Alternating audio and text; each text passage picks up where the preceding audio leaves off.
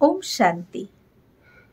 आज श्री दत्तगुरु जयंती अर्थात दत्तात्रेय जन्मोत्सव मार्गशीर्ष मास के पूर्णिमा पर श्री दत्त जयंती मनाई जाती है। आप सभी भक्तों को दत्त जयंती की ढेर सारी शुभकामनाएं। महाराष्ट्र में विभिन्न स्थानों पर अलग अलग मंदिरों में यह जन्मोत्सव बहुत ही भक्ति भावना, श्रद्धा तथा उत्साह के साथ मनाया जाता है। महर्षि अत्रि तथा माता अनुसुईया को ब्रह्मा विष्णु महेश के द्वारा वरदान रूप में यह दिव्य पुत्र की प्राप्ति हुई। दत्तात्रेय अपने आप में एक दिव्य आभा लेकर के जन्म लिए हुए हैं, क्योंकि ब्रह्मा विष्णु महेश के वरदान द्वारा यह दिव्य पुत्र, प्रतिभावान पुत्र का जन्म हुआ है। दत्तात्रेय संसार के लिए, समाज के लिए, हर मानव मात्र के लिए बहुत ही बड़े प्रेरक, मार्गदर्शक तथा गुरु रूप में सिद्ध हुए हैं। उनके जीवन की सादगी, ज्ञान, साधना, ध्यान और स्वयं की प्रतिभा के द्वारा उन्होंने अनेकों आदर्श संसार के लिए प्रस्थापित किए हुए हैं। श्री दत्तात्रेय जी को गुरुवर्य के रूप में याद किया जाता है, क्योंकि ब्रह्मा विष्णु महेश जी के द्वारा महर्षि अत्रि तथा माता अनुसुईया को यह वरदान रूप में प्राप्त पुत्र के लिए भी पहले से ही वरदान था कि हम त्रिदेवों के लिए भी यह पुत्र एक मार्गदर्शक तथा गुरु रूप में सिद्ध होंगे। तो इसी वरदान के कारण दत्तात्रेय संसार के लिए भी गुरु रूप के रूप में सिद्ध हुए। दत्तात्रेय जी जो कि एक अवधूत के नाम से भी जाने जाते हैं। अवधूत अर्थात जो योगी संत जन होते हैं, जिनका संसार की मोह माया से, सांसारिक बंधनों से बुद्धि उपराम हो जाती है, उन्हें अवधूत कहा जाता है। अव अर्थात नीचे की चीजें, नीचे की अर्थात जैसे कि जो बुद्धि को मोह माया में फंसाने वाली, सांसारिक बातों में भटकाने वाली, उसे अव कहा जाता है। और धूत अर्थात ही बंधनों से मुक्ति। तो जैसे कि दत्तात्रेय जी सांसारिक मोह माया से स्वयं को मिटा दिया और धूत अर्थात जीवन में अनेक सामाजिक बंधनों से स्वयं को ऊपर उठा लिया, और इसीलिए उन्हें अवधूत के रूप में जाना जाता है। उन्होंने अपनी भक्ति, साधना, इससे स्वयं को इन छोटी चीजों से या इन मायावी बातों से आत्म उन्नति में जोड़ दिया। दत्तात्रेय जी भी स्वयं ब्रह्मा विष्णु महेश के संयुक्त अवतार होने के नाते उन्होंने अपने जीवन में निराकार के उपासक बनकर के उस निराकार पार ब्रह्म में रहने वाले पर ब्रह्म की अर्थात परमेश्वर की साधना की है। और हम सभी के लिए भी यही प्रेरणा की प्रस्तुति दे रहे हैं। साथ ही विशेष दत्तात्रेय जी औदुंबर पेड़ के साथ उनका संबंध को दर्शाया गया है। औदुंबर के पेड़ के पास दत्तात्रेय जी का निवास स्थान बताया जाता है, या उनकी साधना का स्थान। औदुंबर का पेड़ जिसके लिए कहते ये बहुत पवित्र पेड़ है। और वैसे भी दत्तात्रेय महाराज ने अपने जीवन में अनेक गुरु किए हैं। उन्होंने संसार के जड़, चेतन तथा प्रकृति के द्वारा अनेक वस्तुओं के साथ अपना सामंजस्य प्रस्थापित करते हुए हर एक से कुछ न कुछ गुण ग्रहण किया है, सीखा है। और जिन जिन से जो भी सीख लिया है, उनको मानो उन्होंने गुरु मान लिया है। इसलिए बताया जाता है कि श्री दत्त जी ने अपने जीवन में 24 गुरु किए थे। और पेड़ पौधों से भी सीखा, इसीलिए औदुंबर का पेड़ भी इसमें सम्मिलित है। और जो कि संसार में औदुंबर को एक पवित्र पेड़ के रूप में मान्यता मिली है, क्योंकि कहते हैं कि औदुंबर के पेड़ में श्री विष्णु जी का निवास होता है। और दत्तात्रेय जी जो कि विष्णु जी के छठे अवतार माने जाते हैं, और इसीलिए दत्तात्रेय ने भी अपनी साधना का स्थान या निवास स्थान औदुंबर के पेड़ को चुना। और वैसे भी इस पेड़ के अंदर अनंत आध्यात्मिक ऊर्जा समाहित है। जो भी भक्त या साधक सद्गुरुवार के दिन इस पेड़ के नीचे बैठ करके प्रभु स्मरण करता है, ध्यान साधना करता है, तो उसके भीतर की आध्यात्मिक ऊर्जा की जागृति होती है, उसे मानसिक शांति का लाभ होता है। क्योंकि दत्तात्रेय जी ने भी इसी पेड़ के नीचे बैठ करके साधना किया हुआ है। और इसी के साथ विशेष रीति से आयुर्वेदा के अंदर भी मान्यता है कि औदुंबर के पेड़ का फल और उसका छिलका तथा उसके पत्ते जो है ये जीवनदायिनी है, अर्थात स्वास्थ्यवर्धक है। कहने का भाव औदुंबर का पेड़ स्वास्थ्य, धन, शक्ति, आत्मोन्नति के मार्ग प्रशस्त करने वाला है। इसीलिए औदुंबर के पेड़ के साथ विशेष रीति से श्री दत्त जी का गहरा संबंध दर्शाया है। औदुंबर की पूजा करना माना श्री विष्णु तथा दत्तात्रेय की भक्ति करने के समान ही माना जाता है, अर्थात ये साधना और मनशांति, आत्मिक ऊर्जा, आध्यात्मिक जागृति का विशेष पेड़ माना गया है। श्री दत्त जी का जो आसन दर्शाया गया है वो है श्वान और गौ माता। ये दोनों जो प्राणी वाहन रूप में श्री दत्तात्रेय के लिए बताया गया है, इसके पीछे बहुत ही बड़ा धार्मिक और आध्यात्मिक बोध समाया हुआ है। श्वान अर्थात कुत्ता। दत्तात्रेय जी के साथ 4 श्वान को दर्शाया जाता है।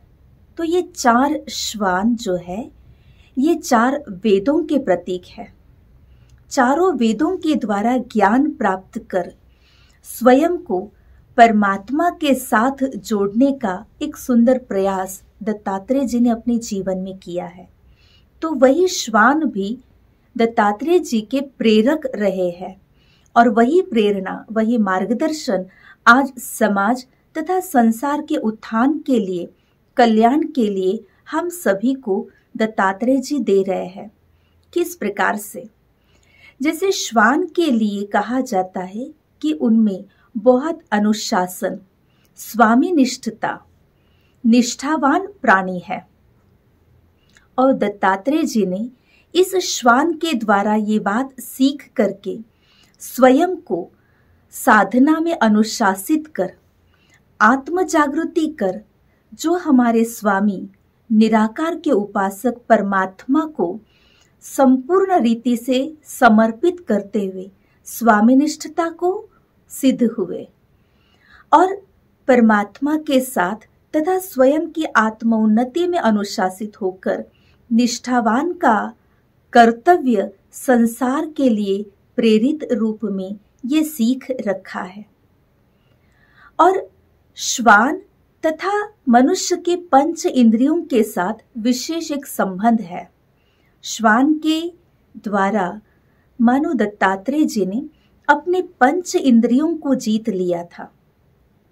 5 इंद्रिय दृष्टि, श्रवण, गंध, स्पर्श और स्वाद, इन 5 इंद्रियों को साधना के जरिए जीत लिया था, स्वामित्व प्राप्त कर लिया था, अर्थात इन इंद्रियों को सेवक बना लिया था।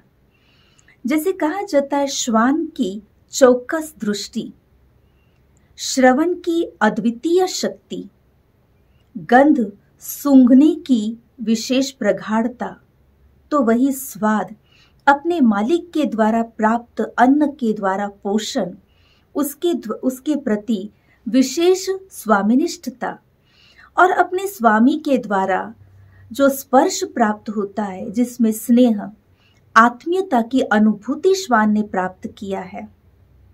तो ठीक इसी प्रकार से जिसके कारण मनुष्य भी अपने इन पंच इंद्रियों को आत्मिक उन्नति की साधना में अपने आप में जीतना बहुत आवश्यक है।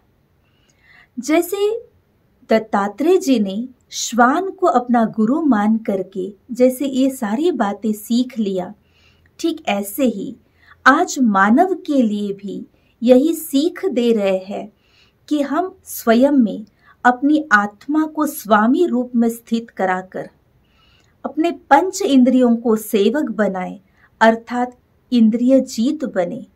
क्योंकि आज का मानव मानो इंद्रियों का गुलाम बन के बैठा है, इंद्रियों के वशीभूत हो गया है, इंद्रियों की चंचलता के अधीन हो गया है, और इसीलिए ही जीवन की शांति, खुशी, आत्मानंद को खोकर मन परेशान, अशांत होकर के चल रहा है। तो इस श्वान के द्वारा पंच इंद्रियों को जीतना, स्वामिनिष्ठ होना और उसी के साथ साथ निष्ठावान होकर के चलना, अनुशासित होकर के चलना, ये सीखने की आवश्यकता है। और इसीलिए दत्तात्रेय जी का वाहन श्वान को दर्शाया है। तो वही साथ में गौ माता को भी दत्तात्रेय जी का वाहन बताया गया है। गौ माता को कामधेनु कहा जाता है, सबकी कामनाएं पूर्ण करने वाली, अपने दूध के द्वारा संसार का हर मानव का पोषण करने वाली, हर एक की तृप्ति करने वाली, कामना पूर्ण करने वाली, ऐसी कामधेनु दत्तात्रेय जी ने अपनी साधना के द्वारा स्वयं के कामनाओं पर जीत पाकर संसार की कामनाओं को पूर्ण करने हेतु जन कल्याण के लिए अपना जीवन समर्पित किया। और इसीलिए उनके साथ भी जैसे सामंजस्य या समानता की अनुभूति के कारण कामधेनु गौ माता भी उनके वाहन के रूप में दर्शाया है। तो दत्तात्रेय जी के जीवन से हमें यही प्रेरणा मिलती है कि हम स्वयं की कामनाओं पर जीत पाकर जन कल्याण के लिए, समाज कल्याण के लिए, विश्व उत्थान के लिए अपना जीवन समर्पित करें। श्री दत्त गुरु के और भी कई सारे अवतार या अनेकों नाम बताए जाते हैं। जैसे उनके लिए कहते हैं दिगंबरा दिगंबरा, श्रीपाद वल्लभ दिगंबरा। बहुत सुंदर भाव इसके अंदर भरा हुआ है। दिगंबर का अर्थ है, इसमें दिग और अंबर ऐसे दो शब्द है। दिग अर्थात दिशा और अंबर का भाव होता है वस्त्र। जिस दिगंबर ने, दत्तात्रेय जी ने सारे दिशाओं को ही अपना वस्त्र समझकर स्वीकार किया और इसीलिए उन्हें भौतिक वस्त्रों से परे दिखाया है। भौतिक वस्त्र या दिखावा के अवडंबर से परे होकर के आध्यात्मिक मार्ग पर अग्रसर हुए हैं। और इसीलिए चारों दिशाओं को ही मानो जैसे उन्होंने अपना वस्त्र समझ करके पवित्र रूप में इस भाव को समा करके संसार के आगे अपनी सादगी का रूप प्रस्तुत किया है। क्योंकि जितना ही जीवन में सादगी है, उतना साधना का मार्ग सरल और सहज अनुभव होता है। तो जैसे सादगी द्वारा साधना को प्रगाढ़ करते हुए संसार के आगे एक सैंपल रूप में अपने आप को जैसे प्रस्तुत किया है। और दूसरी बात, दिगंबर का दूसरा भाव ये होता है कि दिग अर्थात दिशा और अंबर अर्थात आसमान, आकाश। तो जैसे दत्तात्रेय जी ने अपने जीवन की साधना में निराकार परमात्मा परमेश्वर के साथ स्वयं को जोड़ करके अद्भुत अनंत शक्तियों के धनी बन करके समाज के हर मानव मात्र पर चारों दिशाओं तक मानो अंबर जितनी कृपा बरसाते रहे हैं, तो हम भी अपने मन को इतना विशाल, बुद्धि को इतना दिव्य बनाते हुए स्वयं को आध्यात्मिक ऊर्जा से जागृत कर उस परम परमेश्वर के साथ जोड़कर चारों दिशाओं की ओर अंबर जैसी कृपा, वर्षा, आशीर्वाद, प्यार और वरदान बरसाने की विशेष कार्य और कर्तव्य में स्वयं को जोड़ दें। इससे अनेकों के आशीर्वाद और दुआओं के पात्र बनेंगे, पूजनीय बनेंगे, सबके लिए सम्माननीय बनेंगे। फिर दिगंबर जी के साथ ही श्रीपाद वल्लभ ये शब्द जुड़ा है। उनकी महिमा में ये जो श्रीपाद वल्लभ शब्द है, श्री अर्थात श्रेष्ठ, जो परम शक्ति है, पाद अर्थात चरण, तो प्रभु चरण जिसको कहते श्रीपाद, और वल्लभ जिसे कहते गोपी वल्लभ, तो वल्लभ ये परमात्मा के लिए ही कहा गया है। वल्लभ का भाव होता है सखा या दोस्त। गोपी वल्लभ अर्थात भगवान को वल्लभ रूप में, सखा या दोस्त के रूप में अनुभव करते हुए उनके श्रेष्ठ चरणों में स्वयं को समर्पित करें, तो अपने आप ही आपके ऊपर भी दसों दिशाओं से अंबर जैसी कृपा वर्षा उस गोपी वल्लभ के द्वारा अर्थात उस परमात्मा के द्वारा वर्षा हो सकती है। इसीलिए दत्तात्रेय जी के महिमा में ये गाया जाता है, दिगंबरा दिगंबरा श्रीपाद वल्लभ दिगंबरा, जिसके ऊपर भी उस दोस्त प्रभु परमात्मा की ऐसी असीम कृपा वर्षा होती रही, जिसके कारण वो भी सर्वत्र अपनी कृपा वर्षा करने के निमित्त बन गए हैं। दत्तात्रेय जी का जीवन चरित्र सर्व के लिए एक गुरुतुल्य मार्गदर्शक रूप में है। दिगंबर जी का अर्थात ही दत्तात्रेय जी का जन्म बहुत ही दिव्य रूप में हुआ है। आज उनका जन्मोत्सव मनाया जा रहा है। आइए समझते हैं कि दत्तात्रेय जी का जन्म क्यों दिव्य और अलौकिक है, किस प्रकार से इनका जन्म हुआ है। बताया जाता है कि एक बार नारद जी घूमते घूमते ब्रह्मा जी के घर पहुंचे और वहां देखा कि ब्रह्मा विष्णु महेश अपने परिवार सहित ब्रह्मलोक में विशेष एकत्रित आकर के स्नेह भोजन करने वाले थे। विशेष ब्रह्मा जी ने सभी को आमंत्रित किया हुआ था।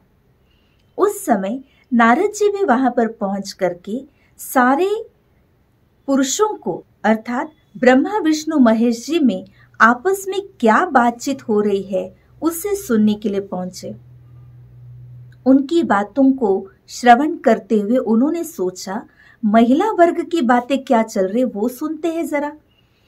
और जब उन्होंने ब्रह्माणी, लक्ष्मी और पार्वती के पास पहुंचे तो उनकी कुछ बातें सुन रहे थे।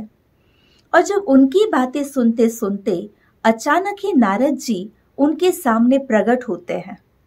नारद जी को देख करके तीनों देवियों ने उन्हें प्रणाम किया, नमस्कार किया और आने का औचित्य पूछा।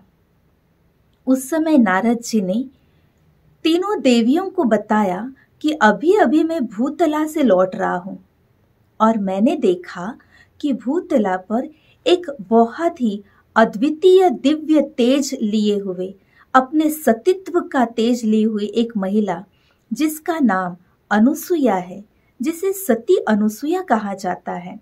उनका सौंदर्य, उनका तेज, उनकी प्रतिभा अद्वितीय है।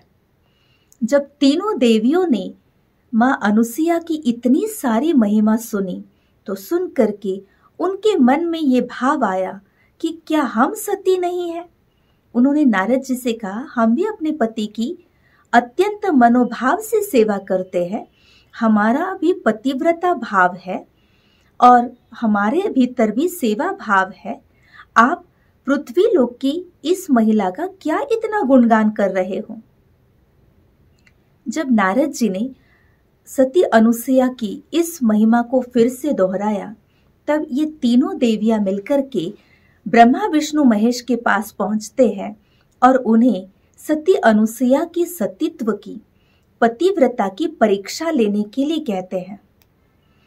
देवियों की बात को टाल न सकने के कारण और स्वयं के अंदर की कुतूहलता को जागृत रखते हुए ब्रह्मा विष्णु महेश एक भिक्षुक ब्राह्मण का वेश लेकर के अत्रि ऋषि के आश्रम पर पहुंचे।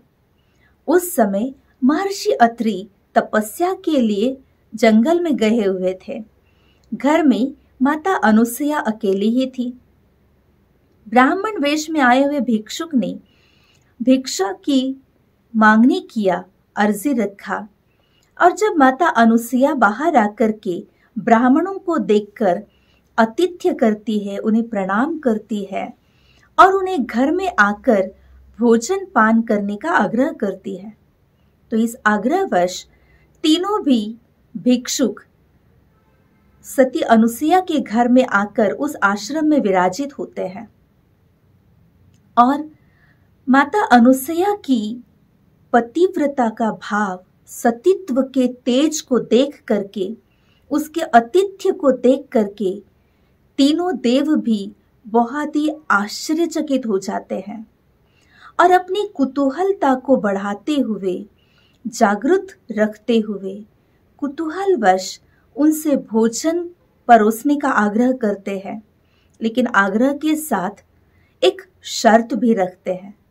और शर्त ये रखते हैं, माते, आपके द्वारा जो भोजन हमें दिया जाएगा वो भोजन इस प्रकार से हो कि जो नग्न होकर के आप परोसे। और वास्तव में देवादिदेव ब्रह्मा, विष्णु, महेश, जिनके अंदर दिव्यता है, पवित्रता है, उनके भीतर जो नग्न होकर के भोजन परोसने की बात थी, उसका भाव बहुत दिव्य था। आज की वासना युक्त व्यक्ति नग्न का भाव अलग उठाएगा, किंतु देवों का भाव ये था कि नग्न रूप में भोजन दिया जाए। इसका अर्थ ये होता कि जो न अग्नि रहित हो, अर्थात जिस भोजन को अग्नि ने स्पर्श न किया हुआ, ऐसा नग्न।